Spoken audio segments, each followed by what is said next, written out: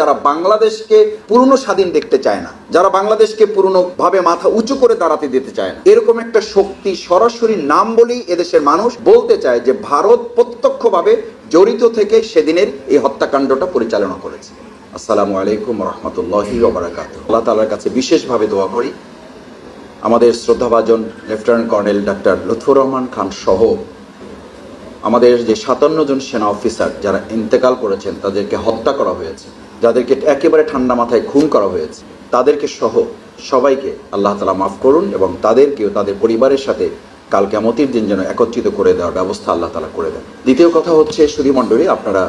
লম্বা বক্তব্য শুনেছেন, প্রধান অতিথি সহ অন্যান্য বিশেষ অতিথিবৃন্দ বক্তব্য রাখবেন। আমি একেবারে ছোট করে 3টি কথা বলে আমার বক্তব্য শেষ করব। একটি হচ্ছে, আমাদের এই প্রিয় মাতৃভূমি বাংলাদেশে যে কোনো হত্যাকাণ্ড সংগঠিত হওয়ার পর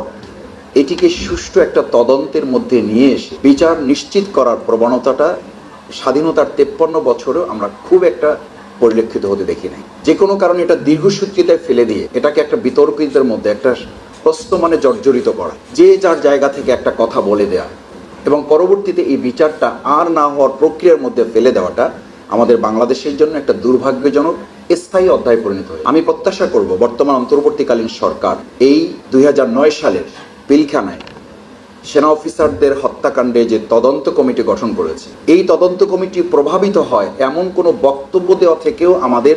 যে যেখানে আমরা আছি তাদেরকে বিরত থাকা উচিত। আমি গতকাল পর্যন্ত যে বক্তব্য শুনেছি, আমার এখনো মনে হয় না, গতকাল পর্যন্ত যে বক্তব্য আমি শুনেছি, এখন আমার কাছে মনে হয় না এই অন্তর্বর্তীকালীন সরকার যে তদন্ত কমিশন করেছে খুব নিরপেক্ষতার সাথে স্বাধীনভাবে এই কমিশন তার দায়িত্ব পালন করতে পারবে। কেন পারবে না? আপনারা এখানে অত্যন্ত সচেতন নাগরিক, আপনারা তা ভালো করে জানেন এবং বুঝেন। এবং গতকালকের বক্তব্য পর্যন্ত আমার কাছে মনে হয়েছে তদন্ত কমিশনকে স্বাধীন বললেও তাদের হাত পা বেঁধে পানিতে সাঁতার কাটার মতো অবস্থা হয়তো করে দেওয়া হয়েছে, কিংবা তা করে দেওয়া হবে। আমি আজকে আশা করব যে আমাদের এই lieutenant colonel doctor Lutfur Rahman Khan সহ যারা সেদিন হত্যার শিকার হয়েছেন, তাদের এই স্বাধীন তদন্ত কমিশনের মাধ্যমে তাদের বিচারের ব্যবস্থা গ্রহণ করার জন্য দেশের বাইরে যেখান থেকে যারা যতটুকু জড়িত থাকুক সেটার ব্যাপারে তদন্ত করে চিহ্নিত করা, গ্রেপ্তার করা এবং তাদের বিচারটা যদি পরিবার অন্তত দেখে যেতে পারে,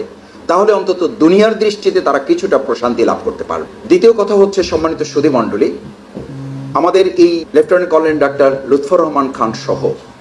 সম্মানিত সেনা অফিসার যাদেরকে হত্যা করা হয়েছে, এই হত্যাকাণ্ডের পিছনে এই পর্যন্ত যত বক্তব্য আমরা শুনেছি, যত পত্রিকায় লেখা এসেছে, একটা কথাই তো বলা যায়, আমরা সবাই প্রায় একমত হয়েছে যে এই হত্যাকাণ্ডটি শুধুমাত্র একটা বিডিআর বিদ্রোহ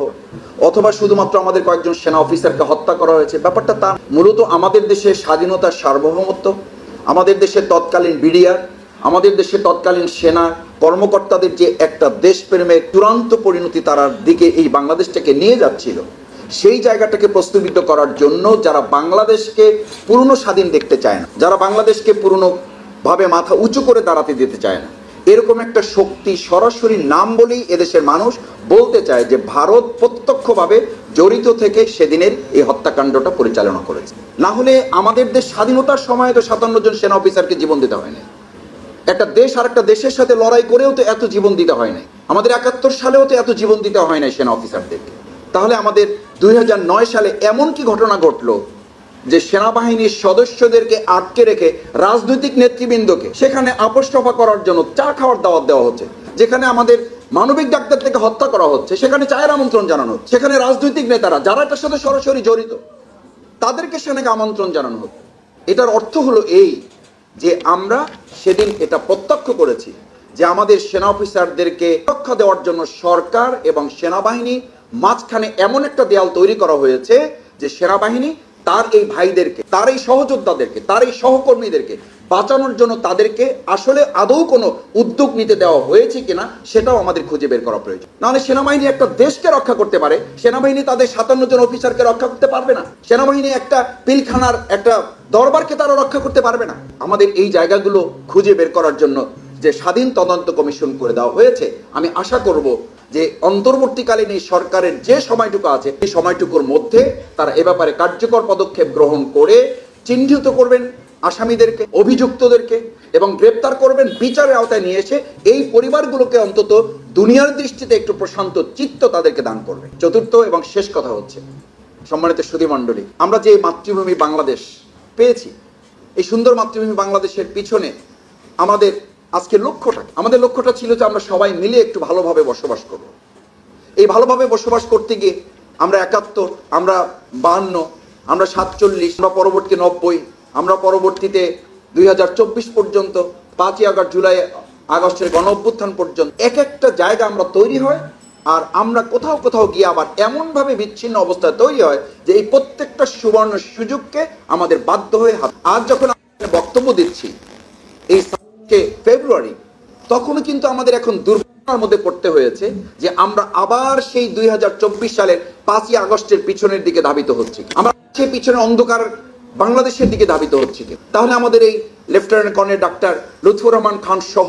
এই সেনা অফিসারদের হত্যাকাণ্ডের মাধ্যমে যে একটা অন্ধকার বাংলাদেশ করা হয়েছে, সেই অন্ধকার বাংলাদেশ থেকেই তো একটা আলোকিত বাংলাদেশে যাওয়ার জন্য তরুণেরা, যুবকেরা, আমাদের মেয়েরা, আমাদের সন্তানেরা, আমাদের শ্রমিকেরা জীবন দিয়ে। তাহলে সেই বাংলাদেশটাকে বিনির্মাণের জন্য আজকে lieutenant colonel doctor Lutfur Rahman Khan স্মারক বক্তৃতার এই প্রোগ্রাম থেকে যদি আমরা অন্তত এই সিদ্ধান্তটা এখান থেকে নিয়ে যেতে পারি, আজকের এই বাংলাদেশ অ্যাসোসিয়েশন অফ সাইকিয়াট্রিস্ট, আমরা এইটুকু কাজ করতে পারি যে না, আমরা যে যেখানে আছি বাংলাদেশের প্রশ্নে আমরা এক থাকি। আমাদের দলীয় রাজনীতির পরিচয় ভিন্ন থাকতে পারে, আদর্শের ভিন্নতা থাকতে পারে, চিন্তা দর্শনের ভিন্নতা থাকতে পারে। আপনি চীনের কথা বলেন, আপনি সিঙ্গাপুরের কথা বলেন, আপনি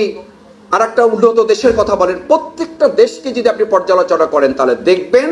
আমার যে পার্শ্ববর্তী দেশ, সেই দেশও তো আমাদের দেশ সম্পর্কে বলে, আর যাই হোক আমরা আমাদের দেশের প্রশ্নে আমরা কাউকে ছাড় দেব না, দেশের প্রশ্নে ছাড় দেব না। এই কথাটা আমরা বাংলাদেশের 18 কোটি মানুষকে বলার মতো একটা পরিস্থিতি, আমরা রাজনৈতিক দল, আমরা পেশাজীবী অঙ্গন যারা এখানে গুরুত্বপূর্ণ ভূমিকা পালন করছে, আর আমরা সবাই মিলে এই পরিস্থিতিটা কেন করে দিতে পারছি না? আমি তো মনে হয় যে অন্তর্বর্তীকালীন সরকারের দিকে আঙুল দেওয়ার আগে, তাদেরকে সংস্কার করার আগে আমরা আমাদের পেশাজীবী অঙ্গন, আমরা আমাদের রাজনৈতিক দল, আমরা আমাদের চিন্তা, দর্শন, মনন, দৃষ্টিভঙ্গি সংস্কারটা আমাদের তার চেয়ে অনেক বেশি প্রয়োজন। এই প্রয়োজন পূরণ করতে না পারলে কোন একটা সরকারকে দিয়ে, কোন একটা দলকে দিয়ে, কোন একটা গভর্নমেন্টকে দিয়ে আপনি বাংলাদেশের এই যে 53 বছরের বিরাট এক কালো অধ্যায় আমাদের রচনা হয়ে গেছে, সেই জায়গা থেকে আমরা বের হতে পারবো না। আসুন সুধীমণ্ডলী, আমরা সবাই মিলে আজকে পেশাজীবী অঙ্গনের গুরুত্বপূর্ণ একটা বিভাগ এখানে আপনারা আছেন, আপনারা সবাই মিলে যদি একটা চিন্তা রাজ্য তৈরি করতে পারেন, আমি বিশ্বাস করি আমাদের দেশের 18 কোটি মানুষ আপনাদের সেই চিন্তা, দর্শন, পরিকল্পনা যদি আমাদের দেশকে ধারণ করা হয়, তাহলে আপনাদেরকে তারা ধারণ করবে, আর আপনারা তখন দেশকে ধারণ করার দিকে একটা পাইওনিয়ারশিপ নিয়ে অগ্রপথিকের ভূমিকা পালন করতে পারবেন। সেটাই হবে lieutenant colonel doctor Lutfur Rahman খানের প্রতি আমাদের সবচেয়ে বড় সম্মান, শ্রদ্ধা, এবং তার এটা হবে দুনিয়ার জীবনদানের সবচেয়ে বড় প্রাপ্তি। এটা যদি দিতে পারি তাহলে আজকের এই প্রোগ্রাম সফল এবং সার্থক হবে, সেই প্রত্যাশা ব্যক্ত করে আপনাদের সবাইকে ধন্যবাদ এবং কৃতজ্ঞতা জানিয়ে আমি আমার কথা শেষ করছি। আসসালামু আলাইকুম।